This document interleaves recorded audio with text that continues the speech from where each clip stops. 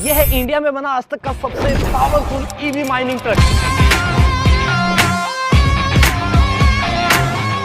जिसमें 480 kilowatt hour का मतलब 10 नेक्सॉन से भी बड़ा बैटरी पैक मिलता है और टॉर्क तो पूरे 55 थार रोग से ज्यादा, पूरे 21,000 Nm का। और भाई आप विश्वास नहीं करोगे, इतना बड़ा बैटरी पैक और इतना पावरफुल होने के बावजूद भी ये ऐसे चार्जर से केवल 1 घंटे में चार्ज हो जाता है। मतलब चार्जिंग में तो एक छोटी गाड़ी जितना ही टाइम लेगा। और वेट कैरिंग कैपेसिटी पूरे 79,000 kg की, मतलब 35 फॉर्च्यूनर जितना वजन तो ये अकेले उठा लेगा। और इतना वजनदार काम हो पाता है इसके 25 इंच के मॉन्स्टर टायर से। और ऐसे ऐसे इसमें टोटल 10 टायर लगे, जिसमें से केवल एक की कीमत ही 80,000 रुपए, मतलब केवल 8 लाख रुपए की। तो इसमें भाई टायर लगे हैं, बाकी टायर ही इतने महंगे, तो इस पूरे ट्रक की कीमत क्या होगी कमेंट बॉक्स